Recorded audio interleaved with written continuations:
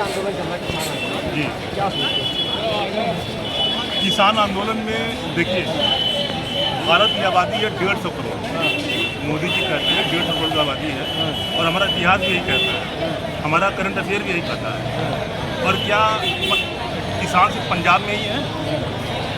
उत्तर प्रदेश का किसान क्यों इस आंदोलन में? उत्तर प्रदेश का किसान इसलिए नहीं है, विपक्षी कह रहे हैं, जी। किसान नेता भी कह रहे हैं कि योगी जी दिखा के रखे हैं, बुलडोजर का डर दिखा के रखे हैं, उत्तर प्रदेश के किसान नहीं है। अगर वो असली किसान होगा, न योगी जी के बुलडोजर से डरेगा वो, और न मोदी जी के किसी धमकी से डरेगा वो, क्योंकि वो किसान फर्जी किसान लोग हैं ना, वो डर रहे हैं वो कि सरकार अगर कोई कदम लेगी तो हम कुछ कर नहीं पाएंगे। जैसे देखिए, इनकी अगर आप इनकी बातों को आप सुनेंगे, आप ये जानते क्या कहते हैं? ये कहते हैं कि हमको मोदी जी को नीचे करना है, दबाना है उनको। उनका जो अयोध्या मंदिर के बाद जो उनका ग्राफ जो बढ़ा हुआ है सनातनियों की नज़र में, क्योंकि भारत एक सनातन देश है और वो रहेगा, वो प्रबल है वो, उस ग्राफ को नीचे करने के लिए, क्योंकि राहुल गांधी अपनी न्याय की यात्रा लेके चले हुए हैं, कोई मुद्दा तो है नहीं उनके पास, एक मुद्दा बनाना था उनको, उन्होंने कुछ थोड़ा सा अपना थोड़ा सा वहाँ पे पंजाब में थोड़ा उन्होंने रोटी फेंक दिया हुआ है। जब आरोप लगता है कि वो फंडेड लोग क्या किसानों को भाई साहब एक बात है, कोई असली किसान नहीं मानता। राकेश टिकैत को देखिए आप, मैं किसान हूँ, मेरे पास 12 बीघे खेती है मेरे नाम पे, चलिए दिखा दो, इसी जौनपुर और बनारस के बॉर्डर पे है मेरा। वो कह रहे हैं किसानों को हम 10,000 रुपये पेंशन दिलाएंगे, MSP की गारंटी कहाँ से दिलाएंगे? सरकार से। टैक्स कितना आता है? टैक्स कितना आता है भारत के कोषा में? कितना टैक्स आता है? वो सारा काम हम किसानों को दे देंगे। मैं भी खुद किसान। एक चीज़ ये बताइए, आप गेहूं का MSP बोल रहे 250 कर दीजिए, 250 रुपये किलो गेहूं किसान लेगा, सरकार लेगी, तो आटा कितने रुपए मार्केट में आएगा? वो कह रहे हैं 3 कुंटल गेहूं का दाम 1 तोले के बराबर होगा। वही तो मैं कह रहा हूँ कि तो देगा कौन? अगर ये बोलते हैं कि भारत में बेरोजगारी नहीं, ये बोलते हैं भारत में बेरोजगारी है, भारत में गरीबी है, तो गरीब कहाँ से आटा लेगा? आज तो 25 रुपए किलो का आटा ले रहा है वो मार्केट से, और 250 रुपए किलो का कहाँ से आटा लेगा फिर वो? कहाँ से लेगा आप बताइए? देखिए, ये ना कोई तर्क वाली बात नहीं है। अब हम कहते मोदी जी से नहीं, हमको आप आसमान से तारे ला के दीजिए, और हम धरना कर रहे हैं और हम सर कटा देंगे, ये कर देंगे, वो कर देंगे। तो देखिए, ये भी हमारे भाई हैं जो भटके हुए लोग। ऐसा नहीं कि मेरे किसी से कोई दुश्मनी है, न पंजाब के भाई दुश्मनी है, न हरियाणा के भाई दुश्मनी है, देश से किसी भी भाई दुश्मनी है। भटक गए हैं ये राह पे। 2024 का चुनाव है, चुनाव खत्म हो जाएगा, 400 पार चला जाएगा, फिर ये लोग अपने अपने काम में लग जाएंगे। फिर जय श्री राम।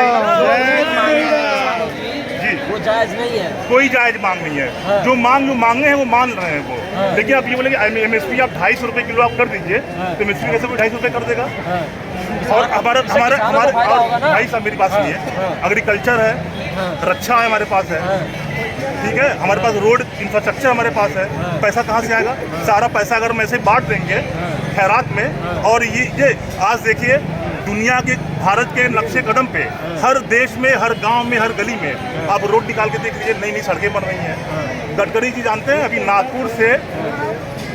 नागपुर से गोवा तक 82,000 करोड़ का प्रोजेक्ट उन्होंने पास किया हुआ है, वो सर्वे हो रहा है, वो पैसा कहाँ से आएगा? वो नहीं, वो तो कह रहे हैं कि चलिए विकास हो रहा, अच्छी बात है, लेकिन किसान जो है वो जैसे था गरीब, वो ऐसे गरीब किसान कोई गरीब नहीं है फैक्ट्रियों में। भाई साहब, भारत का किसान जो है ना, भारत का किसान, आपसे एक बात IAS, भाई साहब एक सेकंड, IAS, PCS किसान के बेटे बन रहे हैं। आप किसी भी सरकारी ऑफिस में चले जाइए, आप उनसे पूछेंगे ना, उनका बैकग्राउंड सारे किसान के बेटे हैं। 90% लोग, आप UPSC का रिजल्ट निकाल के देख लीजिए, कितने लोग बड़े घर के लड़के हुए हैं, सब किसान के बेटे हुए हैं। 90% लोग जो DM बन रहे हैं, SP बन रहे हैं, SDM बन रहे हैं। कौन करे? किसान गरीब है, किसान गरीब नहीं है। देखिए, जो कुछ कर नहीं रहा है, कोई काम तो है नहीं, अपना खैनी रगड़ रहे हैं अपना। अरे यार, कोई काम नहीं, चलो आंदोलन कर लेते हैं। हाँ, बस अपना वहाँ पे लंगर लगा हुआ है, मिल रही 2 टाइम का वक्त का भोजन, उनको टाइम पास हो रहा है उनका, उनको मतलब ही नहीं देश से। अगर देश से मतलब होता है, एक चीज ये बताइए, अयोध्या हमारा जो है 500 साल से गुलाम था। अयोध्या 500 साल से गुलाम था।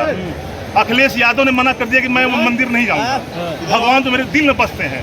और जब राम भक्त पे गोलियां चली जा रही थी, तब उनके मन में, दिल में भगवान नहीं बस रहे थे। बोलो, वो तो कह रहे हैं ये संविधान के लिए चलाई गई थी। संविधान के लिए क्या करेंगे ये लोग?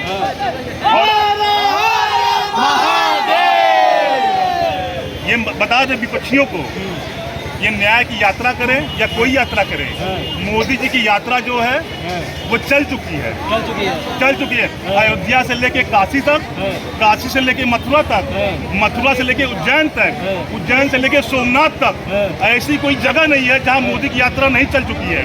और मैं बता रहा हूं आपसे, मैं यही बात मैं लिख के दे रहा हूं आपको मैं कि 300 नहीं 400 पार जाएगा इस बार 400 पार जाएगा। क्यों?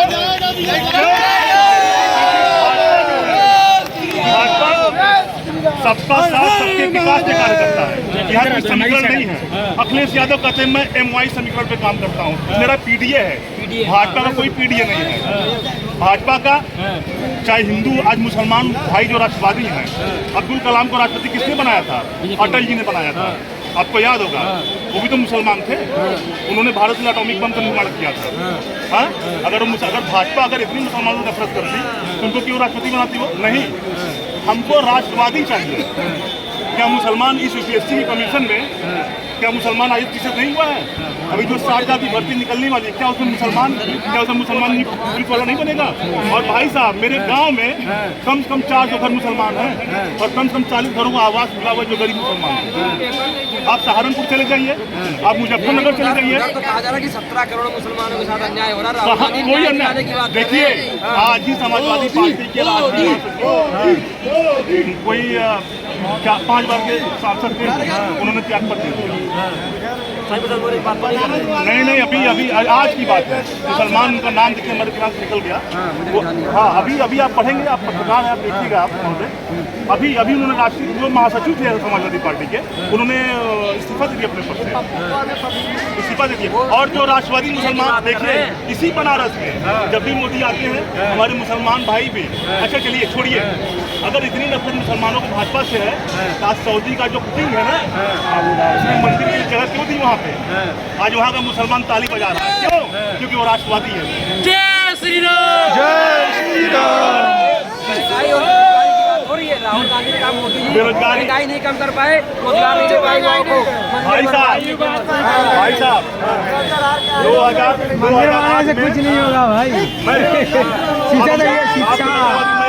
पॉलिटिकल देखता हूँ ना, मैं पॉलिटिकल देखता हूँ, मैं सॉफ्टवेयर इंजीनियर हूँ TCS, I am manager in TCS, okay, I am manager in TCS।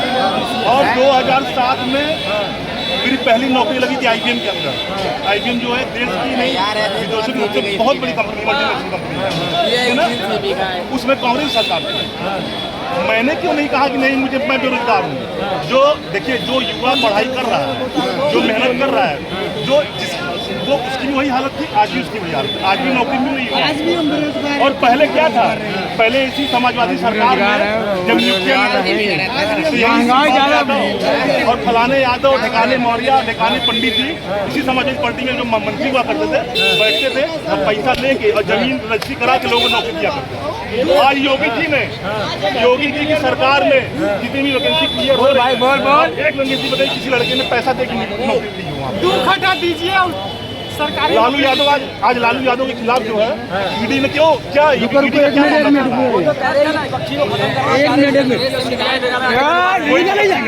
कोई कांग्रेस की सरकार जरूरी है।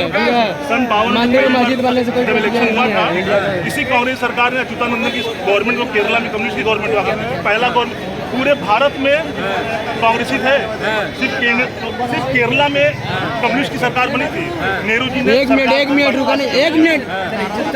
इंदिरा गांधी के समय अरे मंदिर मस्जिद से कुछ नहीं। देश की सरकार को बर्खास्त करके राष्ट्रपति शासन लगा दिया गया। किस संविधान की बात कर रहे हैं? संविधान जी तो मोदी जी लेके आए हैं। वो कह रहे मोदी जी तानाशाही कर रहे हैं। कोई तानाशाही देखिए, अगर आप सही कार्य करेंगे, अच्छा कार्य करेंगे, देश हित में कार्य करेंगे, तो आपको तानाशाह कहा ही जाएगा। आज चाइना पीछे आ गया, ठीक है। भारत की इकोनॉमी एक समय में 12वें नंबर पे थी, आज 5वें नंबर पे आ गया है। और मोदी जी ने कहा कि तीसरा कार्यकाल आएगा, मैं तीसरे नंबर पे आऊंगा, वो करके दिखाइए।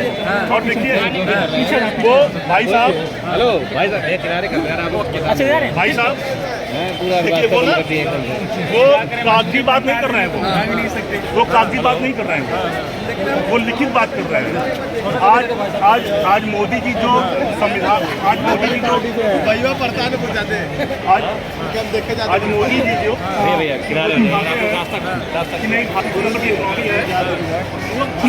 भैया कौन पार्टी के हैं रिपोर्ट है ना उसमें वो मुंह से नहीं कर आओ तो आगे आओ जो देखे चाहो तो कोनो लेवल नहीं लगाओ। अगर आपको विश्वास है तो रिपोर्ट निकाल के लेवल नहीं लगाओ। अच्छा ये बताइए 2000 भाई साहब 2014 से पहले जो हमारा EPF था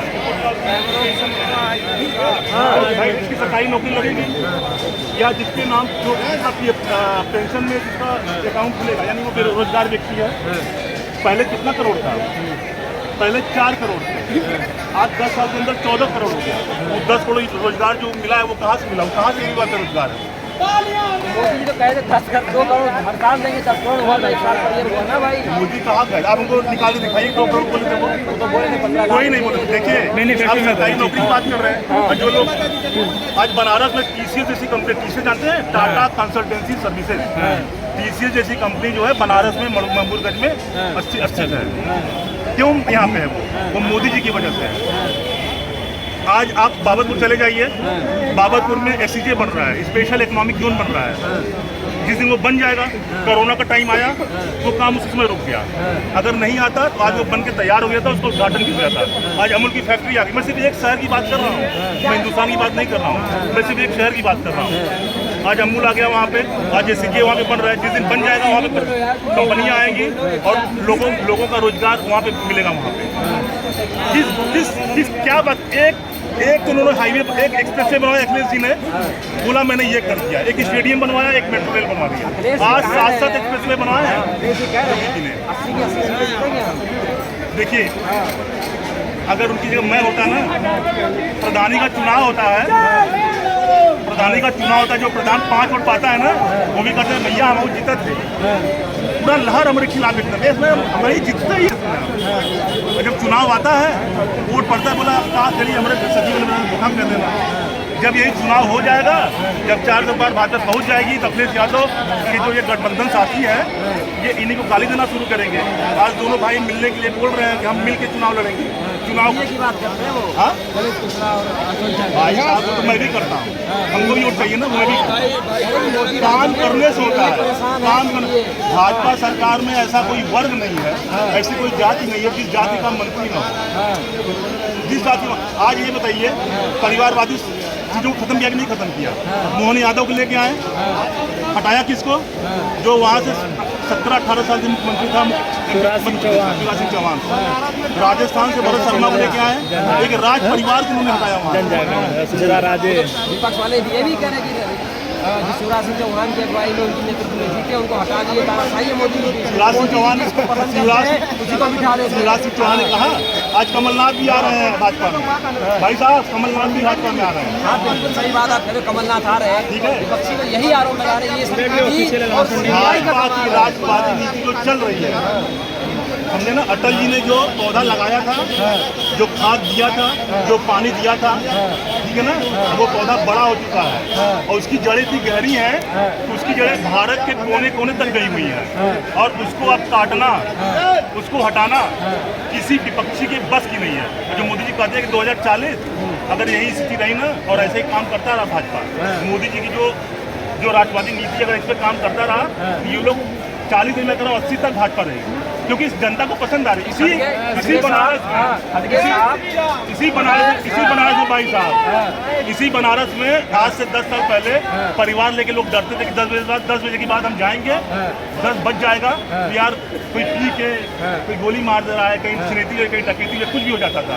आज देखिए, आज आदमी जो अपना परिवार लेके 12 बजे तक रात तक सड़कों में घूमता है, उसको फील होता है मैं सिक्योर हूँ, क्योंकि सरकार, क्योंकि योगी जो है ना, आज जो योगी सरकार है, आज गुंडा माफिया जो डरे हुए हैं, आज आम पब्लिक खुश है। आपने कहा कि अगर मोदी जी 5-6 साल और आगे इतना काम कर देंगे कि जो है 40 साल तक रहेंगे, तब क्या? खड़गे साहब यही कह रहे कि इस बार अगर मोदी जीत गए तो इतनी तानाशाही हो जाएगी कि चुनाव ही नहीं जीतेंगे। खड़गे तो खुद ही अब नहीं रहने वाले हैं, 82 साल की उनकी उम्र हो गई, 3-4 साल बाद पता नहीं क्या है क्या होगा, कहने वो तो बात की बात है। देखिए, अगर आप राष्ट्रवादी हैं तो हमेशा राष्ट्रवादी चीज का समर्थन करेंगे आप। मोदी जी ने कभी किसी जात को लेके कभी वो नहीं कहा। उन्होंने क्या बोला, भारत जो है शुरू से भारतवर्ष रहा है वो सनातनियों का देश रहा है, ठीक है। सनातन मतलब क्या होता है कि हमारे हिंदू मुसलमान भाई भी सनातनी ही हैं। अगर आप बहुत पहले तक जाएंगे ना, मुगल आए यहाँ पे, कोई डर के अपना धर्म कबूल कर लिया, कुछ हो गया उनको, लेकिन वो सनातनी ही है। और यहाँ का मुसलमान जो है हमेशा राष्ट्रवादी होता है। अगर पाकिस्तान की तरह होता ना तो दंगे भड़क गए होते। पाकिस्तान से ज़्यादा मुसलमान हिंदुस्तान में है, लेकिन दंगा कभी नहीं, ऐसा नहीं कि नहीं एकदम कत्लो आम हो गया हो या कुछ हो गया। क्यों? क्योंकि यहाँ का मुसलमान भाई भी राष्ट्रवादी नीति को समर्थन करता है। चलिए बहुत कहाँ से